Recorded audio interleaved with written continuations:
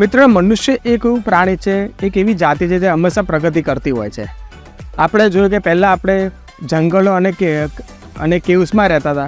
પછી ધીરે ધીરે આપણે ટેકનોલોજી શીખીને આપણે બિલ્ડિંગો અને ફ્લેટો અને બધા મકાનો બનાવતા થઈ ગયા. તો આ જે ક્રેડાઈનું ગાર્ડન છે એ આ જ માન્યતા અને આ સભ્યતાને આપણી સામે ઉત્કૃષ્ટ રીતે લાવે છે. અહીંયા તમે મારી બાજુમાં જોઈ શકો છો કે હોમોસેપિયન્સ, આ ગાર્ડન પાવર્ડ બાય હોમોસેપિયન્સ. હોમોસેપિયન્સ એટલે આપણે મનુષ્ય જાતિ. મનુષ્ય જાતિએ વર્ષોથી પોતાની મહેનત અને પોતાના પસીનાથી આ ધરતીને સિંચીને અને આ સરસ મજાના ઇન્ફ્રાસ્ટ્રક્ચર ઊભું કરેલું છે. તો આનું નામ છે ગાર્ડનનું powered by Homo sapiens CREDAI garden people's park. તો આજે આપણે એક્સપ્લોર કરી રહ્યા છીએ ક્રેડાઈ ગાર્ડન પીપલ્સ પાર્ક, જે હમણાં રિસન્ટલી ખુલ્લું મૂકવામાં આવ્યું છે સામાન્ય નાગરિક માટે. તો આમાં ગાર્ડનમાં અંદર શું શું વિશેષતા છે આપણે જોઈએ.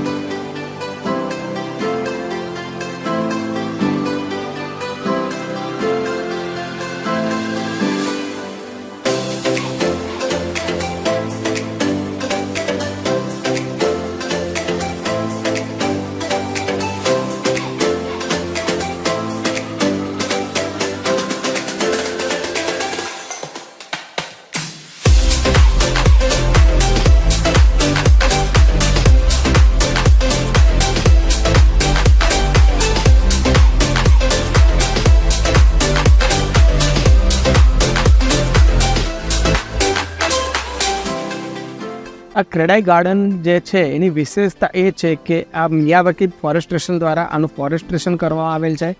અહીંયા 12,000 કરતાં બી વધારે વૃક્ષો છે અને 3,000 કરતાં વધુ શ્રબ્સ છે. તો તમને અહીંયા એકદમ ફ્રેશ ઓક્સિજન અને સારું સ્વાસ્થ્ય મળી શકે.